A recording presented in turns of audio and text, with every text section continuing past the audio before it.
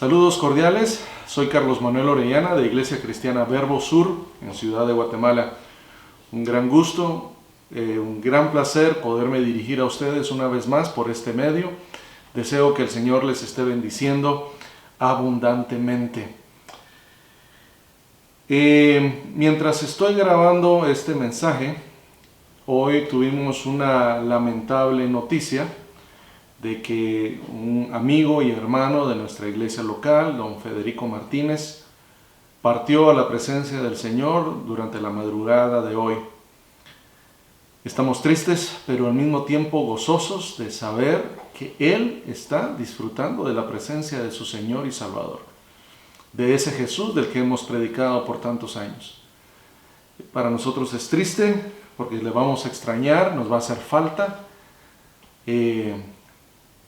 Ese hombre tan especial, su bicicleta, su bigote, su carácter, nos va a hacer falta. Sus comentarios, sus anécdotas, sus canas nos van a hacer falta, y pues para la familia, para doña Elcita, su esposa, va nuestro más sincero afecto y cariño. Deseamos que el Señor les fortalezca en este momento de tristeza, y yo creo que es bueno hacer luto por nuestros seres amados, por nuestros amigos, por nuestra familia, y en este caso, pues por un hombre que, si bien es cierto no era perfecto, fue un hombre muy especial, un hombre fiel a su Señor. Vamos a extrañarlo los domingos temprano en la mañana en la iglesia. Él era, si no el primero, de los primeros en llegar, y muchas veces era de los últimos, si no el último en irse de la iglesia. Así que para la familia, nuestro afecto, nuestro abrazo sincero. Deseamos de verdad que honren la memoria de don Lico, siendo fieles al Señor. Esa es la única manera en que yo estoy seguro que a él le agradaría. El grupo de Ujieres lo va a extrañar, nosotros en el consejo de la iglesia lo vamos a extrañar, y ciertamente la familia lo va a extrañar. Y en esta oportunidad yo quiero compartir un mensaje de esperanza, más que un estudio bíblico, más que una enseñanza bíblica. Este día yo quiero compartir con ustedes un mensaje de esperanza, un mensaje de aliento, un mensaje que nos anime y nos exhorte a seguir adelante. Así que vamos a empezar, vamos a pedir la bendición de nuestro Padre Celestial, ese Padre del cual don Lico y tantas otras personas que en estas últimas semanas han partido hacia la eternidad, hacia el verdadero hogar, han de estar disfrutando con Él. Así que vamos a orar, por favor. Señor, te damos gracias por este día, te damos gracias, Señor, por todo lo que ha ocurrido, lo que humanamente nos parece bueno y lo que humanamente nos parece malo o triste. Queremos pedirte en particular en esta ocasión por la familia Martínez, desde el mayor hasta el menor, empezando por doña Elcita, para que tú les bendigas y tú les fortalezcas en este tiempo de separación, en este tiempo de tristeza. Pero queremos pedirte también que nos abras nuestros oídos espirituales, nuestros ojos espirituales, y que podamos ver que tu Espíritu Santo traiga luz divina sobre nosotros y sobre tu palabra, para nosotros poder entender y poder hablar lo que es adecuado a tu voluntad. En el nombre de Jesús, santo es tu nombre, hoy y por los siglos de los siglos, Señor Dios Todopoderoso, Jehová, Dios de los ejércitos, Jehová Shebaot, porque tú eres, Señor, ese Dios Todopoderoso. En el nombre de Jesús. Amén y amén. Muy bien. Este día vamos a compartir algo que por ya algunas semanas, desde que empezamos esta crisis sanitaria, algunas personas me han estado preguntando o insinuando cuando hablamos acerca de la profecía, cuando hablamos del libro del Apocalipsis o del libro de Isaías o el libro de Daniel. Hoy vamos a hablar un poquito de todo lo que habría que hablar del libro de Apocalipsis. Y es que es un libro, creo yo, que ha sido mal interpretado, un libro que por prejuicios y presuposiciones, como le llamo yo, ha estado como que cubierto de un aura de misterio, de secreto, de complejidad, que creo yo en estas circunstancias no es necesario que le pongamos ese manto, sino al contrario, la palabra de Dios, toda la palabra de Dios es útil. En el segundo libro, en la segunda carta de Pablo a Timoteo, se nos dice en el capítulo 3, versículo 16, que toda la escritura es inspirada por Dios y útil para enseñar, para redarguir, para corregir, para instruir en justicia. ¿Con qué propósito? A fin de que, o con la meta, con el objetivo de que el hombre y la mujer de Dios sean perfectos, enteramente preparados para toda buena obra. Y eso incluye al libro de Apocalipsis. El libro de Apocalipsis, para empezar, en la palabra Apocalipsis, que es una palabra griega, no es una palabra hebrea, ha sido malinterpretado y ha sido tergiversada por la cultura popular, la cultura pop. Hollywood con sus películas ha distorsionado, ha confundido a la gente y por ejemplo, tal vez le parezca a usted simpático, yo ya desde hace años estoy inquieto por esto, ¿verdad? Pero hay un género cinematográfico que se llama los apocalipsis zombies y es interesante ver que por lo menos una vez al año, si no es que más, todos los años Hollywood produce una película donde hay zombies, muertos vivientes. Pero particularmente cuando pensamos en la palabra apocalipsis zombie, nos viene a la mente o se nos da a entender que el apocalipsis es el final.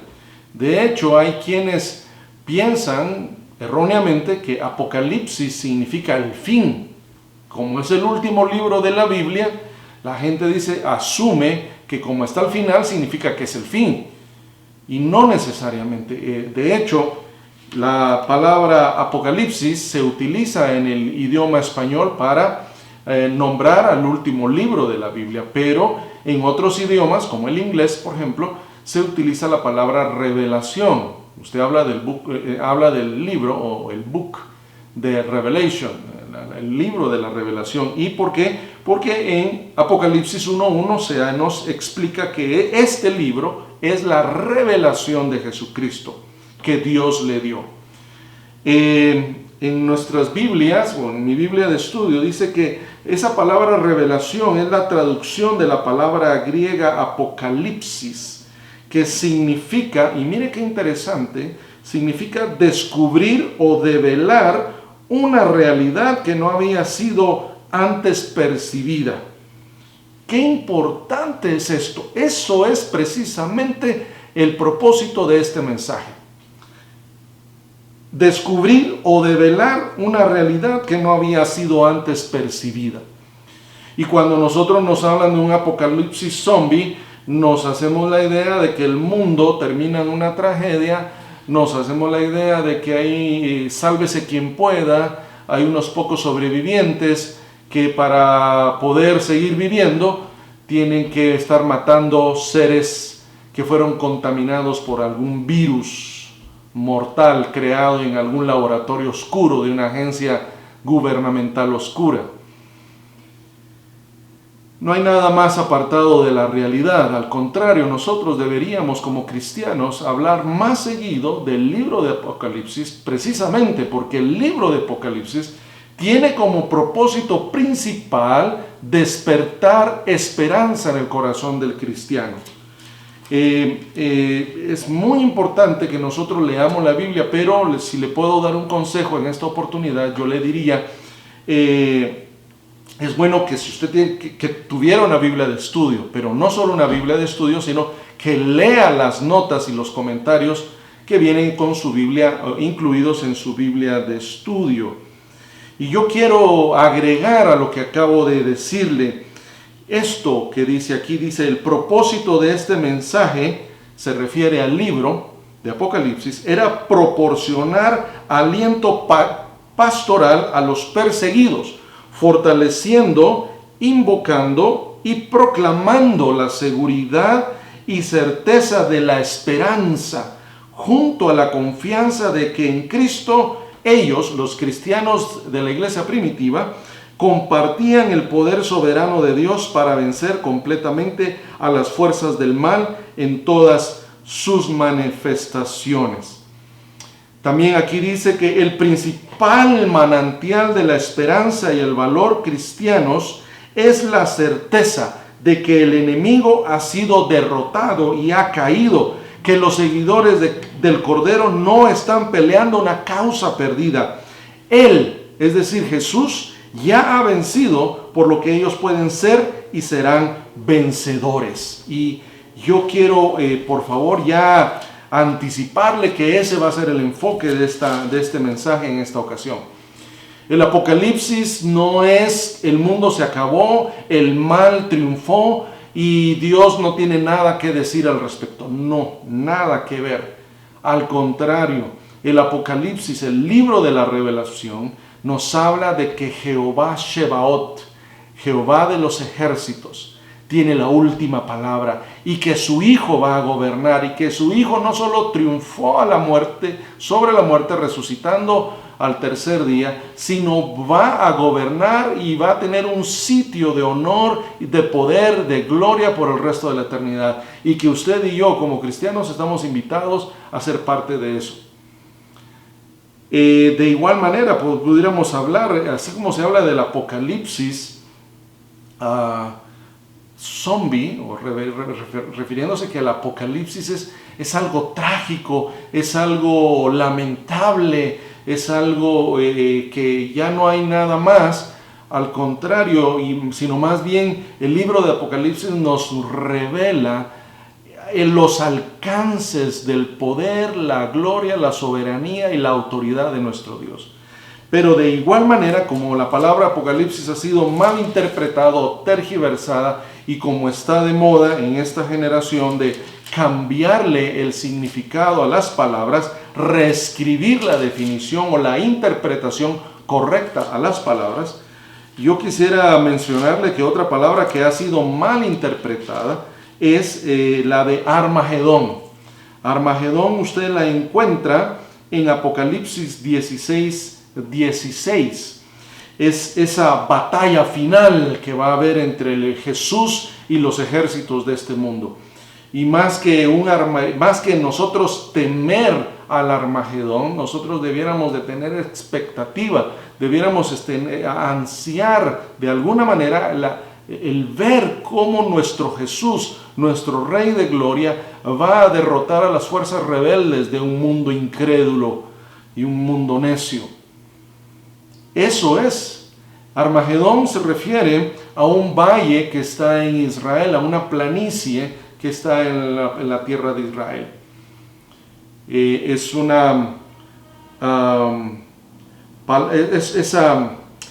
Ese lugar está enfrente del monte de Megiddo y pues son malas noticias para el enemigo, son malas noticias para Satanás, para el diablo y para sus fuerzas. Pero para nosotros los cristianos es motivo de esperanza, es motivo de gozo, es motivo de celebración. Saber que nuestro buen Dios va a derrotar el mal para establecer su reino perfecto aquí en la tierra por la eternidad. Y usted y yo estamos invitados a ser parte de eso. Entonces, el primer punto que yo quisiera enfatizar es que Apocalipsis no es una palabra que esté rodeada de misterios. Sí, hay imágenes, hay textos que nosotros o que los expertos bíblicos, teólogos, han pasado siglos discutiendo, y mi propósito esta noche, este día de compartir este mensaje, no es entrar en discusión que quién es quién, qué personaje significa qué y los tiempos, porque de eso hay libros y libros que se han escrito, pero más bien mi propósito en esta oportunidad es recordarle que nuestro Dios va a vencer, que nuestro Dios está en control, aún de esta situación. Sí, no nos gusta estar encerrados, nos preocupa la economía, nos preocupan las personas que están enfermas y que están sucumbiendo ante esta enfermedad. Sí, nos preocupa. Y nos preocupa el endeudamiento de nuestros gobiernos, nos preocupa cómo hay personas llenas de tanta amargura y tanta maldad, nos preocupa también cuánta gente hay con temor. Y por esas personas, por estos cristianos que tienen temor y están preocupados, por ellos es que el Señor me ha pedido, siento del Señor, compartir esta palabra con ustedes, para dar ánimo, para instarlos a seguir adelante y tener la certeza, la convicción, la plena y absoluta certeza, que estemos plenamente convencidos de que nuestro Dios está en control. No sé, hay quienes me han preguntado si esto es el principio de los famosos dolores que habla la Biblia. No lo sé, pareciera. Si esto fuera lo principio, pues preparémonos. Pero si no, yo creo que son como los trailers, son como las atracciones de lo que Dios tiene preparado para nosotros, a lo que la humanidad se va a preparar y a enfrentar en un futuro probablemente no muy lejano, porque jamás había una crisis como esta afectado a la humanidad. Los medios de comunicaciones, las redes sociales, la tecnología, hay muchos elementos que ahora facilitarían muchos de los eventos que están profetizados en el libro de Apocalipsis, pero también en el libro de Daniel, en el libro de Isaías y otros profetas del Antiguo Testamento. Pero comencemos, porque ya el tiempo ha avanzado. Yo quiero centrar este día la reflexión a los capítulos del 2, 3, hasta el versículo 22 del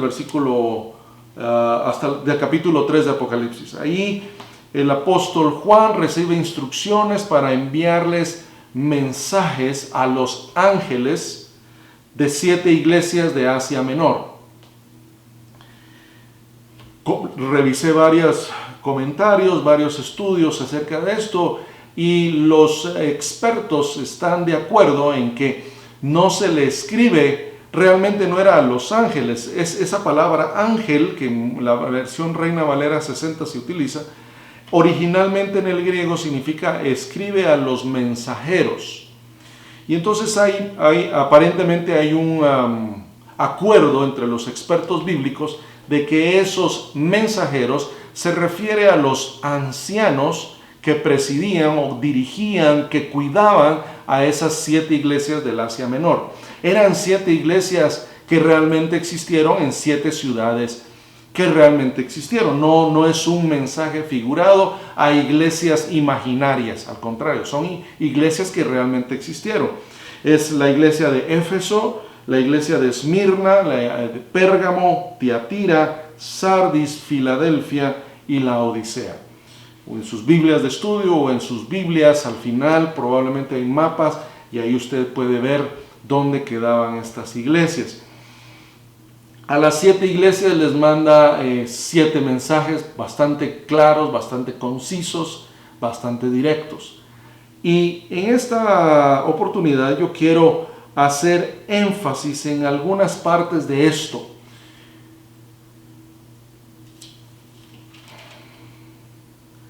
Aquí en Apocalipsis, capítulo 1, versículo 9, ya nosotros debiéramos empezar a ver con lentes no trágicos, sino con lentes de esperanza, con lentes de fe, la palabra de Dios. En Apocalipsis 1:9 dice: yo, Juan, vuestro hermano, y copartícipe vuestro en la tribulación, en el reino y en la paciencia de Jesucristo, estaba en la isla llamada Patmos por causa de la palabra de Dios y el testimonio de Jesucristo. Patmos es una isla que está en el mar Mediterráneo. En ese tiempo fue una isla prisión. Los romanos mandaban ahí a personajes problemáticos para el imperio Era una isla que exportaba granito y pues ponían a los presos a picar piedra, literalmente. Ahí fue a parar el apóstol Juan por su fe, por sus convicciones y sus enseñanzas, pero sobre todo por su fidelidad a Jesús. O sea, este libro está escrito en un contexto de sufrimiento, en un contexto de confinamiento, en un contexto de tribulación, de problemas. Y nosotros cuando leemos este pasaje en otras traducciones al idioma español, también en el inglés, vamos a encontrar que cuando dice ahí, yo Juan vuestro hermano y copartícipe vuestro en la tribulación, en el reino y en la paciencia, otras traducciones sustituyen en la paciencia con perseverancia. Y entonces el versículo quedaría así, yo Juan vuestro hermano y copartícipe vuestro en la tribulación, en el reino y en la perseverancia en Jesucristo, estaba en la isla llamada Patmos por causa de la palabra de Dios y el testimonio de Jesucristo. Amigo que ve este mensaje y escucha esta palabra, es mi deseo que usted persevere en los caminos del Señor. Es mi deseo que usted persevere en la obediencia a la palabra y al testimonio de Jesucristo. Porque, como vamos a ver más adelante, eso tiene su recompensa. Así que a lo largo del libro de Apocalipsis vamos a encontrar esta misma palabra en la paciencia, pero en otras traducciones se usa la palabra perseverancia. Y entonces este libro ya nosotros podríamos hablar o concluir de que nos va a hablar de perseverancia. Perseverancia. Y cuando hablamos de revisar las notas de este libro, yo quiero mencionar esto porque creo que es pertinente y es correcto. Dice que de acuerdo a esta Biblia de estudio, ellos hablan de que el tema central del libro de Apocalipsis no es Armagedón, no es la destrucción y que la bestia y que el anticristo y todo el misterio y todas las figuras, no se confundan. Ni siquiera es el tema central, es el sufrimiento de los cristianos. De acuerdo a esta Biblia, y creo que es correcto, el tema central del libro de Apocalipsis es que el Señor nuestro Dios Todopoderoso reina. Ese es el tema central de Apocalipsis. Entonces usted ya puede ver qué lejos o qué distante es el concepto bíblico correcto de una interpretación sana del libro de Apocalipsis de lo que el mundo nos ha querido enseñar o transmitir. El Señor nuestro Dios Todopoderoso reina. Amén, así es. Y porque reina, Satanás va a ser derrotado y sus fuerzas del mal van a ser derrotadas. Satanás va a pagar por el resto de la eternidad todo el mal que le ha hecho a la humanidad, todo su engaño, toda su mentira. Él va a pagar eso y él lo sabe. Y sabe que le queda poco tiempo. Por eso pareciera que la maldad va en aumento día con día en estos tiempos. Entonces, si nosotros vamos ahora a Apocalipsis capítulo 2, versículo 1, vamos a encontrar que dice así el apóstol el apóstol Juan. Y aquí en su Biblia, si su Biblia tiene las letras, las palabras de Jesús, las tiene impresas en tinta roja, entonces su Biblia es igual que la mía y estas palabras que yo voy a leer fueron dichas por Jesús mismo. Él se las dictó al apóstol Juan. Dice, escribe al ángel, al mensajero, como habíamos hablado, al anciano, al pastor de la iglesia de Éfeso, el que tiene las 7 estrellas en su diestra, el que anda en medio de los 7 candeleros de oro, dice esto: yo conozco tus obras y tu arduo trabajo y paciencia. Y cuando aquí hablamos de paciencia, recuerde perseverancia, y que no puedes soportar a los malos y has probado a los que se dicen ser apóstoles y no lo son y los has hallado mentirosos. Y has sufrido y has tenido perseverancia, paciencia, y has trabajado arduamente por amor de mi nombre y no has desmayado. Pero tengo contra ti que has dejado tu primer amor. Recuerda, por tanto, de dónde has caído y arrepiéntete y haz las primeras obras, pues si no, vendré pronto a ti y quitaré tu candelero de su lugar si no te hubieres arrepentido. Pero tienes esto, que aborreces las obras de los nicolaítas, las cuales yo también aborrezco. Pero preste atención, versículo 7. El que tiene oído, oiga lo que el Espíritu, con E mayúscula, dice a las iglesias. Al que venciere, le daré a comer del árbol de la vida, el cual está en medio del paraíso de Dios. Mire qué interesante lo que nos habla aquí. El que tiene oído, oiga lo que el Espíritu dice a las iglesias. Al que venciere, esa expresión al que venciere, originalmente fue escrita en un contexto militar. Está hablando de dos fuerzas que están chocando y una tiene que prevalecer sobre la otra. Al que venciere. Y yo, hermano, amigo que me está viendo, yo le estoy animando a que usted persevere, a que usted venza en el nombre de Jesús.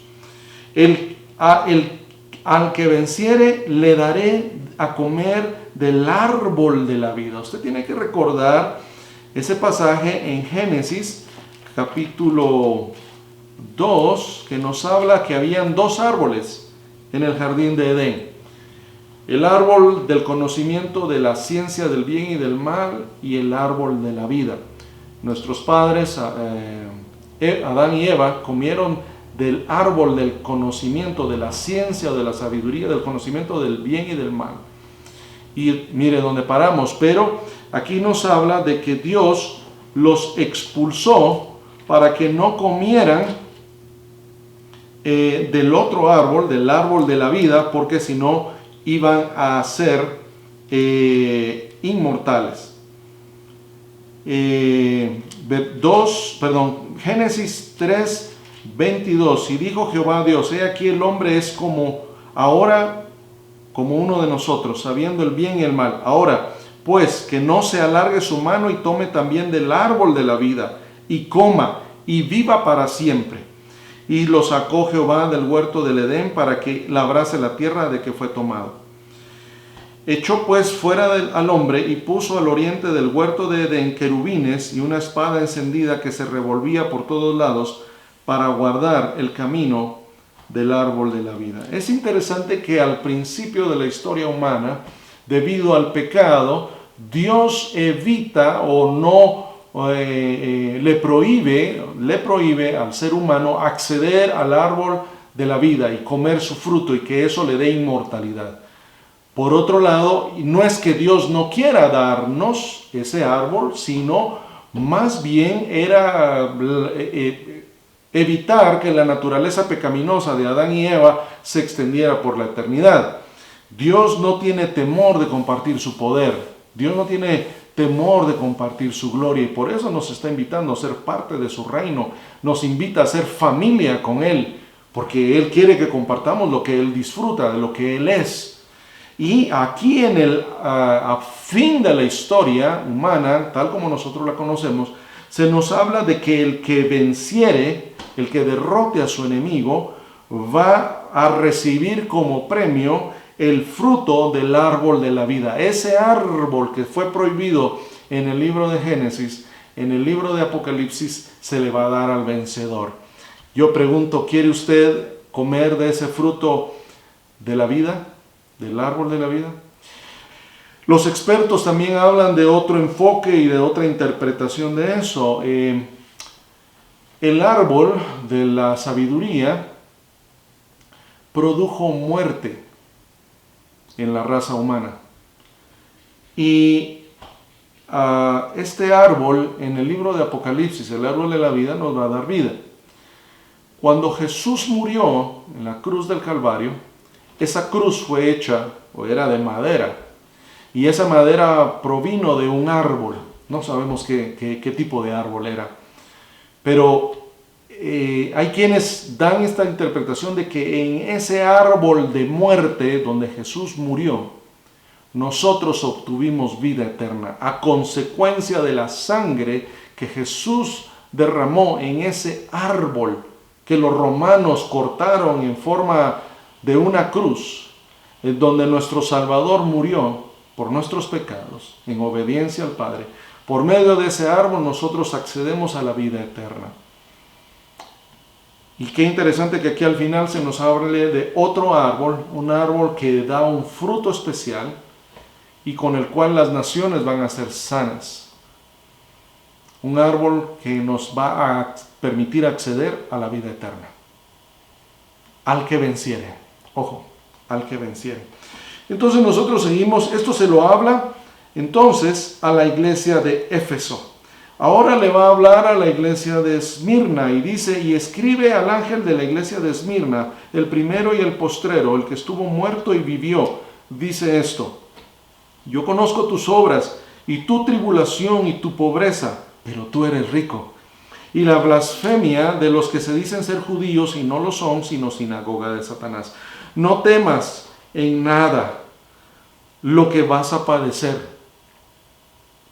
Mire lo que está diciéndonos el Señor en este tiempo de temor, de incertidumbre, de muerte, de enfermedad. Dice, no temas en nada lo que vas a padecer. He aquí, el diablo echará a algunos de vosotros en la cárcel para que seáis probados y tendréis tribulación por 10 días.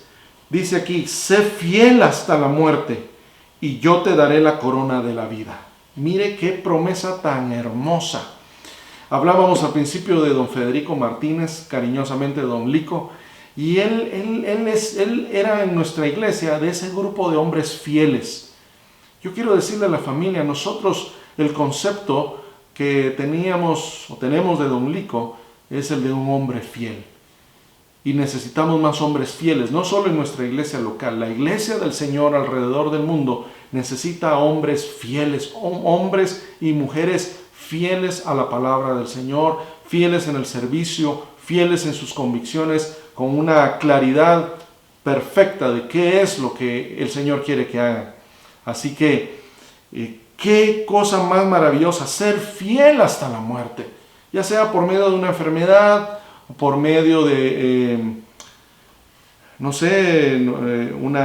morir por la edad o por cualquier causa, de un martirio, inclusive muerte a causa de nuestras convicciones en Jesús.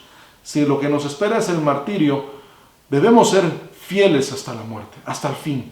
¿Para qué? Para que Él, el Señor Jesús mismo, nos dé una corona que nadie más va a tener. Y dice que esa palabra probados, ahí esa palabra nos habla de que es explorar, probar, tratar, ensayar, examinar, tantear, intentar.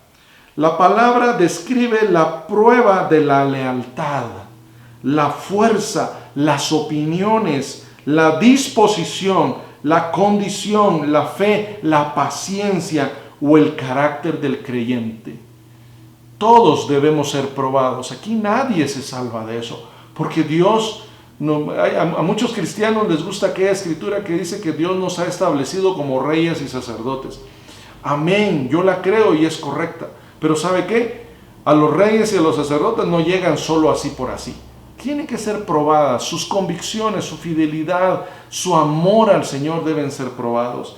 Y la palabra en griego, de donde proviene probados, determina, el significado es que determina en qué dirección vamos y cuál es nuestra condición. Va a venir un tiempo en donde nos van a preguntar, nos van a acorralar en alguna situación, nos van a preguntar si estamos dispuestos a blasfemar del nombre de nuestro Dios o si estamos dispuestos a enfrentar las consecuencias por declararlo nuestro Dios y nuestro Salvador. Es bueno que nos vayamos preparando para eso, pero mire, dice en el versículo 11, el que tiene oído, oiga lo que el Espíritu, con E mayúscula, dice a las iglesias. El que venciere no sufrirá daño de la segunda muerte. Nuestro amigo y hermano Federico Martínez ha sufrido la primera muerte y tantas otras personas que extrañamos que se han adelantado a la eternidad. Ellos han sufrido la segunda muerte, pero están ya con el Señor.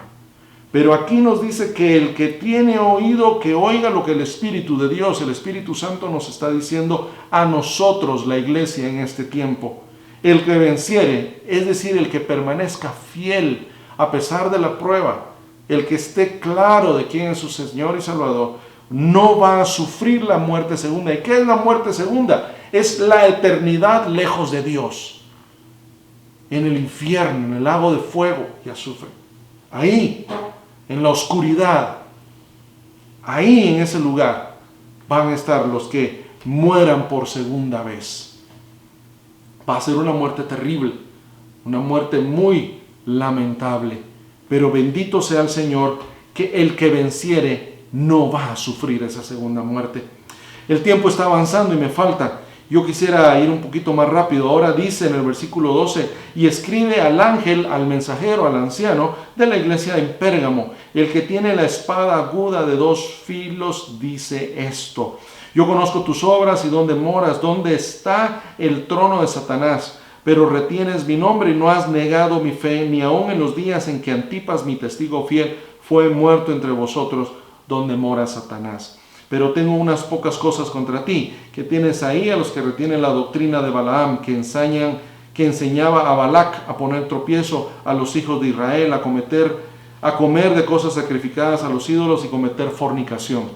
Y también tienes a los que retienen la doctrina de los nicolaitas, la que yo aborrezco. Por tanto, arrepiéntete, pues si no, vendré a ti pronto y pelearé contra ellos con la espada de mi boca. Versículo 17. El que tiene oído, oiga lo que el Espíritu dice a las iglesias. Al que venciere, daré a comer del maná escondido, y le daré una piedrecita blanca, y en la piedrecita escrito un nombre nuevo, el cual ninguno conoce sino aquel que lo recibe.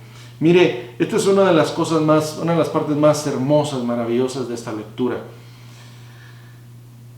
Cuando se estableció el mueble, el arca del pacto, el arca del testimonio, lo que hablábamos hace unos días, cuya tapadera era el propiciatorio o la silla de la misericordia, de lo que hablábamos hace unos días, ahí adentro, junto con las tablas de la ley, se nos dice en la Biblia que cuando iba a cesar de caer del cielo el maná, el pan de Dios, se le dio la instrucción a Moisés que se recogiera un poco de ese maná y se metiera en una vasija, se sellara esa vasija y eso se quedaba dentro del arca del pacto.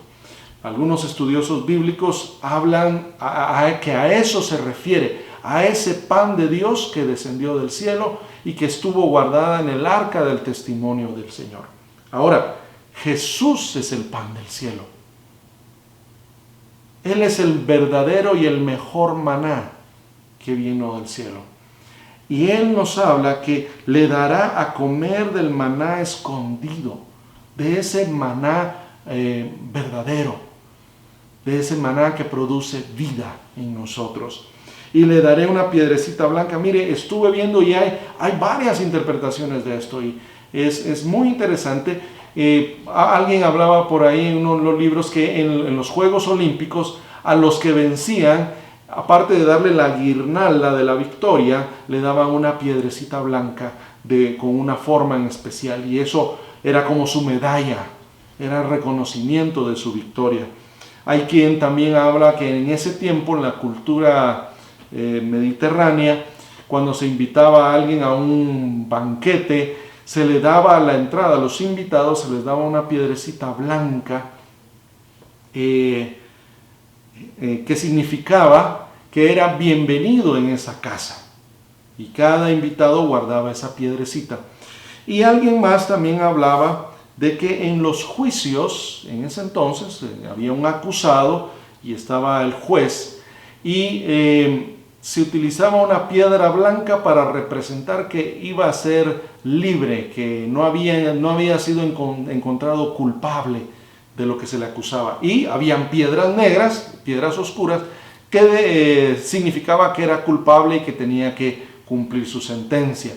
Entonces, mire, hay otras explicaciones e interpretaciones de las costumbres de ese tiempo, pero vamos a quedarnos con que Esa piedrecita va a tener un nombre. Y así como al padre Abraham le cambiaron a Abraham, así como José en el Nuevo Testamento le cambiaron nombre a Bernabé, a Saulo le cambiaron para Pablo y tantos otros personajes le cambiaron. Jacob fue cambiado en Israel. Debemos esperar que a cada uno de nosotros, cuando lleguemos al cielo, vamos a recibir una piedrecita blanca a los que hayamos vencido. Y en esa piedrecita no solo va a significar que somos bienvenidos a la fiesta, a las bodas del Cordero, no solo va a significar que somos vencedores, sino también va a significar que somos libres de culpa. Y finalmente, en esa piedrecita va a estar escrito un nombre nuevo para cada uno de nosotros. Yo espero con ansias ver qué nombre me va a poner mi Padre Celestial, qué nuevo nombre me va a poner el Señor a mí. Le dejo esa invitación. Creo que se vale soñar con ese tipo de cosas. Vamos a seguir rápidamente y ahora vamos a ver lo que se le dice a la iglesia de Tiatira. El Hijo de Dios, el que tiene ojos como llama de fuego, pies semejantes al bronce bruñido, dice esto: yo conozco tus obras y amor y fe y servicio y tu paciencia. ¿Qué palabra habíamos dicho? Perseverancia. Así es. Y que tus obras postreras son más que las primeras, pero tengo unas pocas cosas contra ti, que toleras a esa mujer Jezabel que se dice profetiza, enseñe y seduzca a mis siervos a fornicar y a comer cosas sacrificadas a los ídolos. Y le he dado tiempo para que se arrepienta, pero no quiere arrepentirse de su fornicación. He aquí yo la arrojo en cama y en gran tribulación a los que con ella adulteran, si no se arrepienten de las obras de ella. Y a sus hijos heriré de muerte, y todas las iglesias sabrán que yo soy el que escudriña la mente y el corazón, y os daré a cada uno según vuestras obras. Palabras fuertes, palabras fuertes. Tengamos cuidado, guardemos nuestro corazón, guardemos nuestros pensamientos, porque el Señor aquí dice que Él, el Señor Jesús, escudriña nuestra mente y nuestros corazones. Pero a vosotros y a los demás que están en Tiatira, a cuantos no tienen esa doctrina y no han conocido lo que ellos llaman las profundidades de Satanás, yo os digo, no os impondré otra carga. Pero lo que tenéis, retenedlo hasta que yo venga. Versículo 26. Al que venciere y guardare mis obras hasta el fin, yo le daré autoridad sobre las naciones. Le daré autoridad, mire, porque Él es todopoderoso, nos va a dar autoridad. Y mire, dice en el versículo 27, y las regirá con vara de hierro y serán quebradas como vaso de alfarero, como yo también las he recibido de mi Padre. El Señor Jesús va a venir a gobernar y vamos a nosotros a gobernar con Él. Y no va a ser un gobierno utópico de paz y tranquilidad. Sí, va a haber paz porque Él es el príncipe de paz, pero mire, vara de hierro. Y dice, y le daré la estrella de la mañana. El que tiene oído, oiga lo que el Espíritu dice a las iglesias. Y esa estrella que brilla más intensamente, precisamente en la madrugada cuando está a punto de amanecer. Esa estrella que guía a los marineros en el mar. Esa estrella que hace soñar a los poetas. Esa estrella que nos habla de aquel niño Jesús que nació en el pesebre en Belén, en la ciudad del rey David. Esa estrella de la mañana, nuestro Jesús, va a estar ahí y vamos a gobernar con Él. Amén, así es. Ahora pasamos al capítulo 3 y nos va a hablar de lo que nos dice o que le dice a la iglesia local de Sardis. El que tiene los 7 espíritus de Dios y las 7 estrellas dice esto: yo conozco tus obras, que tienes nombre de que vives y estás muerto. Sé vigilante y afirma las otras cosas que están para morir, porque no he hallado tus obras perfectas delante de Dios. Acuérdate pues de lo que has recibido y oído, y guárdalo y arrepiéntete. Pues si no velas, vendré sobre ti como ladrón y no sabrás a qué hora vendré sobre ti. Pero tienes unas pocas personas en Sardis que no han manchado sus vestiduras y andarán conmigo en vestiduras blancas porque son dignas. El que venciere será vestido de vestiduras blancas, y no borraré su nombre del libro de la vida, y confesaré su nombre delante de mi Padre y delante de sus ángeles. Este es otro pasaje tan hermoso. El que tiene oído, oiga lo que el Espíritu con E mayúscula dice a las iglesias. Mire, al que venciere será vestido de vestiduras blancas. Qué cosa tan extraordinaria cuando a veces en las documentales salen los militares en sus desfiles, y salen esos hombres jóvenes con buena condición física, con el espíritu en alto, portando sus uniformes, sus insignias, sus medallas, a qué regimiento pertenecen, a qué fuerzas especiales pertenecen. Yo me imagino que ese día que el Señor nos vista con ese lino fino, blanco y resplandeciente, que significa santidad, que significa que somos parte del ejército de Dios, que significa que somos parte de la familia del Rey, todos vamos a vestir con orgullo, con satisfacción, con agradecimiento esas vestiduras blancas. Y no solo eso, sino dice que no va a borrar nuestro nombre del libro de la vida. Hay un libro donde su nombre y mi nombre, si usted ha aceptado a Jesús como su Señor y Salvador, su nombre está inscrito en ese libro. Qué libro más maravilloso. Yo anhelo y yo confío en que mi nombre esté ahí. Y como dice aquel himno antiguo, clásico, cuando los santos marchen ya hacia la patria celestial, y que yo oiga mi nombre, ¿verdad? Y cuando nombren mi nombre, yo pueda decir, amén, aquí estoy, y vamos marchando con nuestro Rey. Bendito sea el nombre de Él. Bendito sea el nombre de Él. Y mire qué otra cosa tan linda dice aquí, que confesaré su nombre delante de mi Padre y delante de sus ángeles. Imagínese usted, llega Jesús, está Dios el Padre, están las multitudes de santos, las multitudes de ángeles y seres celestiales, y que Jesús diga, mire, Él es Carlos Orellana, Él es mi hijo, Él es mi hermano, miren, Él es, y Él es mío. Qué cosa tan hermosa. Yo creo que nos vamos, no sé, yo considero que este cuerpo humano no sería capaz de soportar las emociones que ese momento nos va a producir. Confiemos y busquemos ese día, hermanos. El Apocalipsis habla de grandes cosas, grandes señales en los cielos, en la tierra, sufrimiento de los hombres necios y rebeldes, pero habla cosas maravillosas, promesas lindas para los hijos del Rey. Escribe al ángel de la iglesia de Filadelfia: esto dice el santo, el verdadero, el que tiene la llave de David, el que abre y ninguno cierra, y cierra y ninguno abre. Yo conozco tus obras. He aquí, he puesto delante de ti una puerta abierta, la cual nadie puede cerrar, porque aunque tienes pocas fuerzas, has guardado mi palabra y no has negado mi nombre. Ojo, ser fiel hasta la muerte. He aquí, yo entrego de la sinagoga de Satanás a los que se dicen ser judíos y no lo son, sino que mienten. He aquí, yo haré que vengan y se postren a tus pies y reconozcan que yo te he amado.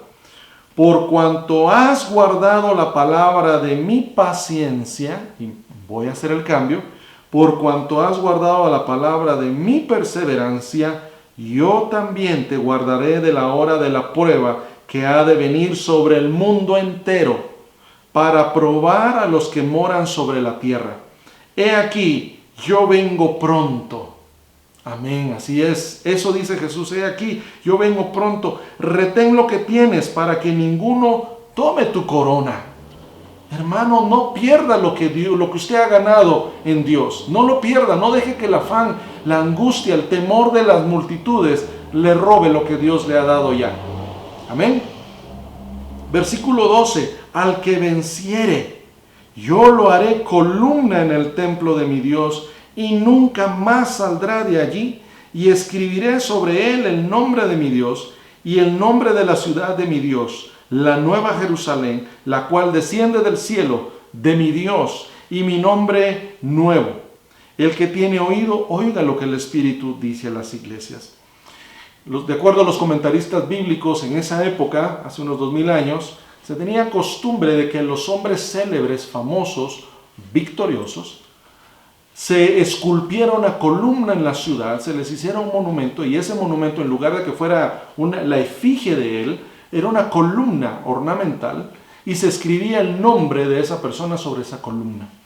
Claro, era de una piedra, de un mineral fuerte para que soportara la época, y generaciones venideras recordaran a ese personaje célebre, a quien se quería honrar.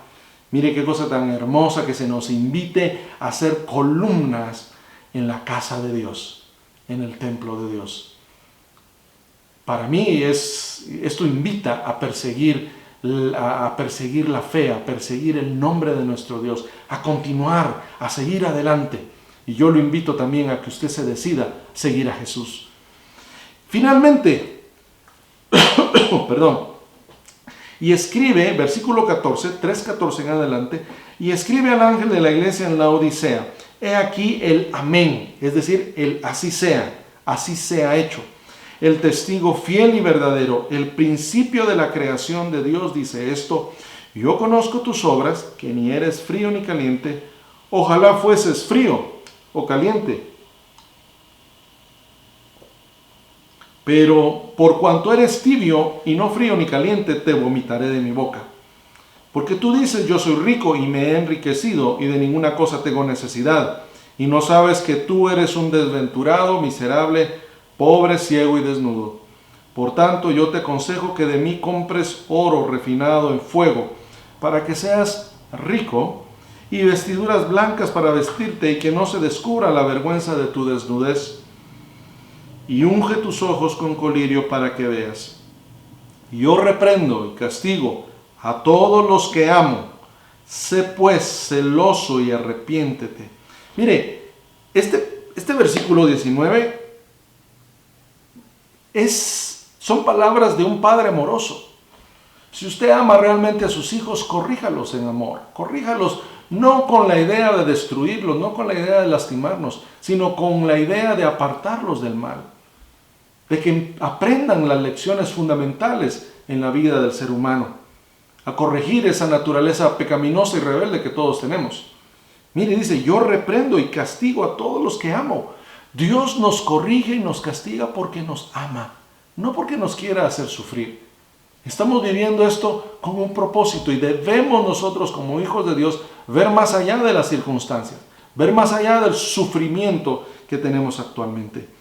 He aquí, versículo 20, yo estoy a la puerta y llamo. Si alguno oye mi voz y abre la puerta, entraré a él y cenaré con él y él conmigo. Es mi oración, es mi petición a Dios, que usted oiga la invitación de Jesús para cenar en su corazón con usted. Es mi deseo que usted y su familia inviten al Señor Jesús a formar parte de su hogar, y que Él venga y tenga comunión con usted. Al que venciere, le daré que se siente conmigo en mi trono, así como yo he vencido y me he sentado con mi Padre en su trono. El que tiene oído, oiga lo que el Espíritu dice a las iglesias. Amigo o hermano, la palabra de Dios es clara. Aquí no hay mucho de dónde confundirse, aquí no hay mucho de dónde perderse. Son palabras de ánimo a iglesias con personas reales que sufrían, que eran perseguidas, que tenían limitación, que fueron encarceladas, que fueron muertas por la palabra de Dios, por el testimonio de Jesucristo. Yo le animo, nosotros no hemos llegado a ese punto, a ese extremo. Probablemente lo lleguemos a vivir y experimentar, no lo sé. Pero yo le animo, porque este libro fue escrito con el propósito de animar a los cristianos a seguir adelante, no poner los ojos en esta dimensión, en este planeta, tal como lo conocemos, sino en el más allá, en las grandes y maravillosas cosas que Dios tiene preparadas para nosotros. Quiero leerle algo que está en la primera carta a los Corintios, capítulo 2, versículo 9. Cuando usted lea el libro de Apocalipsis, la revelación, léala con esta expectativa, léalo con estas palabras en la mente. Antes bien, como está escrito, cosas que ojo no vio ni oído oyó, ni han subido en corazón de hombre, son las que Dios ha preparado para los que le aman. El libro de Apocalipsis nos da una pequeña visión de lo que Dios el Padre, lo que Dios Jesucristo y lo que Dios Espíritu Santo han preparado para su pueblo fiel. Yo le animo a que sea fiel, que permanezca, que corra esta carrera de la fe, convencido y con la fe de que Él nos espera en la meta. Y Él no solo nos espera en la meta, nos está acompañando en la carrera. Nosotros como cristianos debemos anhelar el retorno de nuestro Mesías prometido. Y mire cómo terminan las palabras del apóstol Juan en el versículo 21.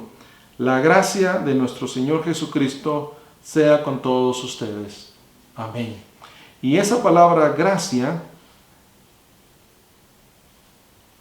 la hablamos muchas veces y no entendemos lo que significa. Bíblicamente significa la influencia divina sobre el corazón y su reflejo en la vida. Es decir, la influencia divina sobre sus corazones y su reflejo en sus vidas de nuestro Señor Jesucristo sea con todos ustedes. Amén. Es mi deseo que este mensaje haya llevado a una reflexión, pero más que eso, que el Espíritu Santo deposite esperanza en sus corazones, esperanza de que Jesús debe de venir pronto y que no es para mal. Nosotros los que hemos depositado nuestra confianza en Él no podemos ni debemos tener temor. Al contrario, debemos estar expectantes de ese día glorioso de Armagedón, donde Jesús va a derrotar a sus enemigos. Salmo 110. El Padre ha prometido que va a poner a sus enemigos, a los enemigos del Hijo, como estrado de sus pies. Yo busco, yo espero, anhelo ese día en donde eso ocurra. Le invito a usted también para que eso usted lo espere. Un abrazo fuerte, seguimos en contacto. Por favor, suscríbase, siéntase en la libertad de compartir y reenviar este video, y que el Señor le bendiga, y estamos en contacto en una próxima oportunidad. Amén.